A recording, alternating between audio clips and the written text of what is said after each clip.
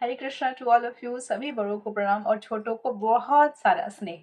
सो posh act के ही next session में, जो कि आज लास्ट सेशन है इसका, उसमें हम सीखेंगे कि सामने वाले के बॉडी लैंग्वेज को कैसे समझते हैं।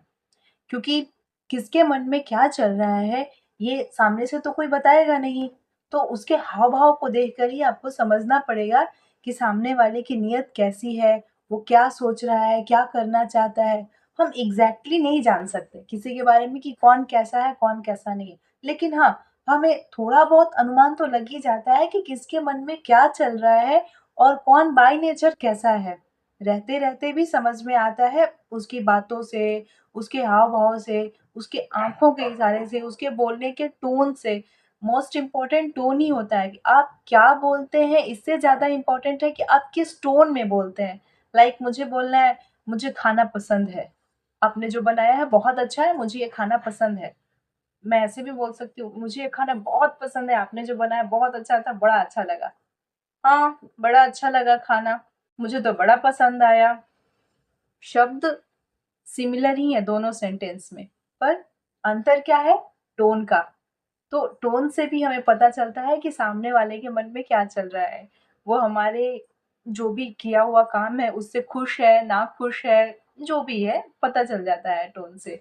औरतें इस विषय में ज़्यादा जानकारी रखती हैं, ऐसा मुझे लगता है, मेबी मैं गलत भी हो सकती हूँ। सो टोन। दूसरा, हमारी आँखें। हमारी आँखें ना बहुत कुछ बता देती हैं। हम कहें या ना कहें, हमारी आँखें बोलती हैं। बस पढ़ने आना चाहिए आपको, सबकी आँखें बोलती हैं। सो आई कॉन्टैक्ट बहुत इम्पोर्टेंट होता है जब भी हम किसी से बात करते हैं।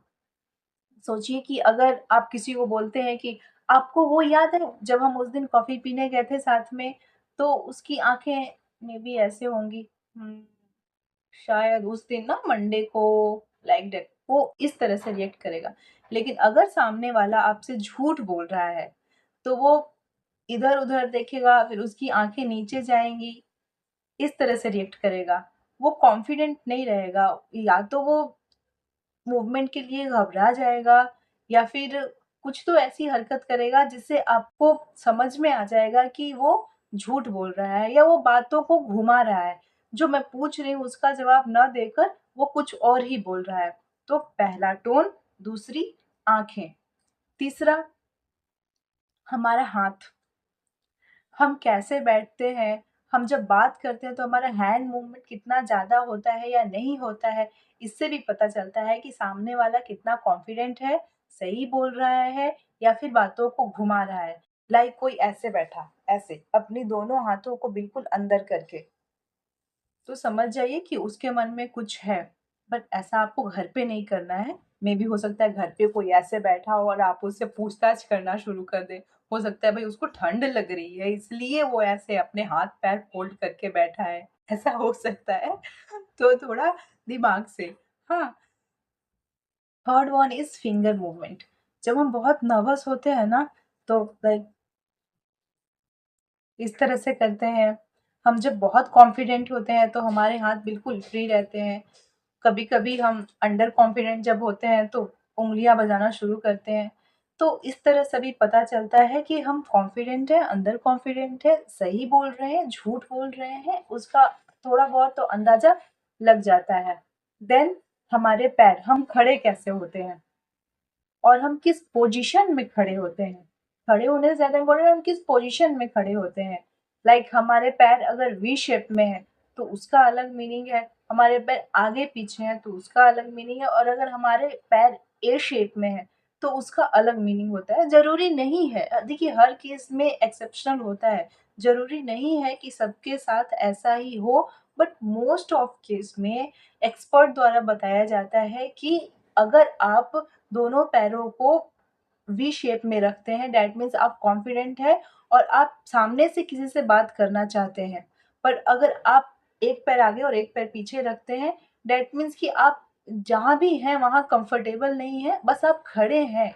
किसी भी सिचुएशन में आप खड़े तो हैं किसी भी कारणवश, बट आप वहाँ रहना नहीं चाहते हैं। एज़ सून एज़ पॉसिबल आप वहाँ से निकलना चाहते हैं, ऐसा एक्सपर्ट कहते हैं। मैंने भी कहीं से सुना है, पॉज़ ट्रेनिंग के दौरान ही सुना है एक्चुअली, इसलिए मैं आज आपके साथ शेयर कर रही हूँ। ओके? सो लास्ट में हम बात कर लेते हैं हम बैठते कैसे हैं उसके बारे में। सपोज कीजिए कोई बिल्कुल ऐसे अपने पैरों को फोल्ड करके नीचे से बैठा हुआ है, तो वो इंटरव्यू के सामने ऐसे लोग ज़्यादा नर्वस होकर बैठते हैं। है हमारा बैठने का तरीका, हम किस तरह से बैठे हुए हैं, ये भी दिखाता है कि हम कॉन्फिडेंट हैं या अंडर कॉन्फिडेंट हैं। ओके, चलिए ठीक है, फिर मिलते हैं अपने नेक्स्ट वीडियो में ऐसे ही कुछ कॉन्सेप्चुअल क्लियरेंस के साथ। ओके, धन्यवाद।